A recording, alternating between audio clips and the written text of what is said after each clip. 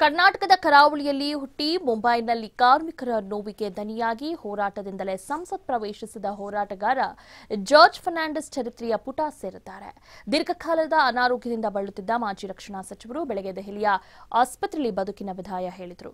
ಅವರಿಗೆ 88 ವರ್ಷ ವಯಸ್ಸಾಗಿತ್ತು. ಅವರ ಸುದೀರ್ಘ ಹೋರಾಟದ ಬದುಕಿನ ಪಕ್ಷಿನೋಟ ಇಲ್ಲಿದೆ.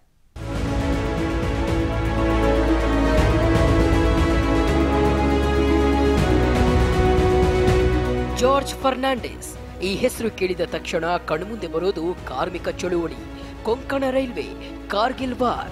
ಇದೆಲ್ಲದಕ್ಕಿಂತ ಹೆಚ್ಚಾಗಿ ಪ್ರಖರ ಭಾಷಣ, ಸರಳತೆ. ಅವರ ಹುಟ್ಟೂರು ಮಂಗಳೂರು. ಇದು ಕರ್ನಾಟಕಕ್ಕೂ ಹೆಮ್ಮೆಯ ವಿಚಾರ. 1930 ಜೂನ್ 3ರಂದು ಬಿಜೈನಲ್ಲಿ ಜನಿಸಿದ್ರು. ಜಾನ್ ಜೋಸೆಫ್ ಫರ್ನಾಂಡಿಸ್ ಮತ್ತು ಅಲೀಸ್ ಮಾರ್ತಾ ಫರ್ನಾಂಡಿಸ್ ದಂಪತಿಯ 6 ಕರಾವಳಿಯಲ್ಲಿ ಬಾಲ್ಯ ಕಳೆದು ಯೌವನದಲ್ಲಿ ಬೆಂಗಳೂರು ಸೇರಿ ನಂತರ ಮುಂಬೈಗೆ ಹೋಗಿ ದಮನಿರತರ ನೋವಿಗೆ ಧ್ವನಿಯಾದರು. ಹೋರಾಟಗಳ ಮೂಲಕವೇ ಸಂಸತ್ ಪ್ರವೇಶಿಸಿದ್ರು. ಮಂಗಳೂರಿನಲ್ಲಿ ಹುಟ್ಟಿದ್ರು. ಕರ್ನಾಟಕದ ಹೊರಗಡೆಯೇ ಹೆಚ್ಚು ಸಕ್ರಿಯವಾಗಿದ್ದವರು.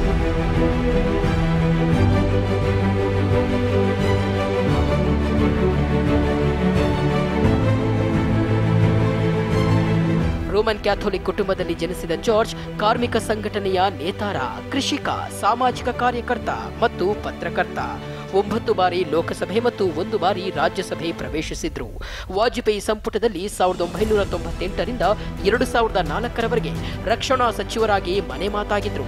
ಪೋಖ್ರಾನ್ ಪರಮಾಣು ಪರೀಕ್ಷೆ ಮತ್ತು ಕಾರ್ಗಿಲ್ ಯುದ್ಧದ ಸಂದರ್ಭದಲ್ಲಿ ಅತ್ಯಂತ ಪ್ರಭಾವಶಾಲಿಯಾಗಿ ಜವಾಬ್ದಾರಿ ನಿರ್ವಹಿಸಿದ್ರು. ದುರಾದೃಷ್ಟವಶಾತ್ ಶವಪೆಟ್ಟಿಗೆ ಹಗರಣದ ಸುಳಿಯಲ್ಲಿ ಸಿಲುಕಿ ರಾಜೀನಾಮೆ ನೀಡಿದ್ರು.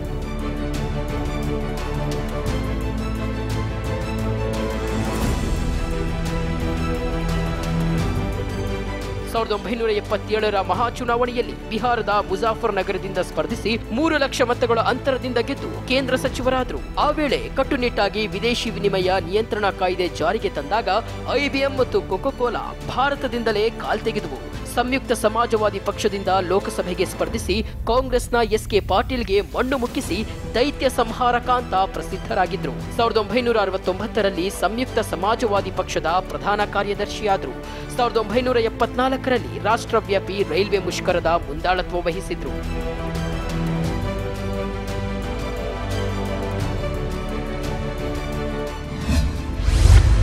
ತುರ್ತು ಪರಿಸ್ಥಿತಿಯಲ್ಲಿ ಜಾರ್ಜ್ ಜೈಲು ಪಾಲು.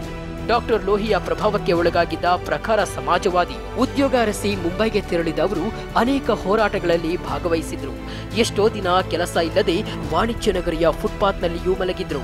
ಜನತಾದಳದ ಹಿರಿಯ ಸದಸ್ಯರಾಗಿದ್ದ ಅವರು ಮುಂದೆ ಸಮತಾ ಪಕ್ಷ ಸ್ಥಾಪಿಸಿದ್ರು.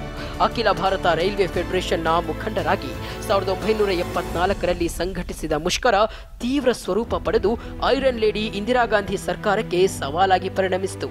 ಇಂದಿರಾ ಘೋಷಿಸಿದ ಆಂತರಿಕ ತುರ್ತು ಪರಿಸ್ಥಿತಿಯಲ್ಲಿ ಜೈಲು ಪಾಲಾದರು.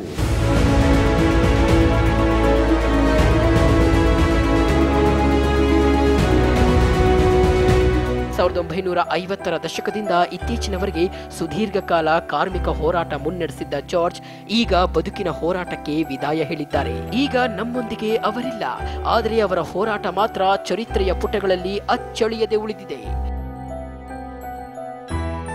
ಅನಂತರಾಜು ವಿಕೆ, ನ್ಯೂಸ್ ಡೆಸ್ಕ್, TV5.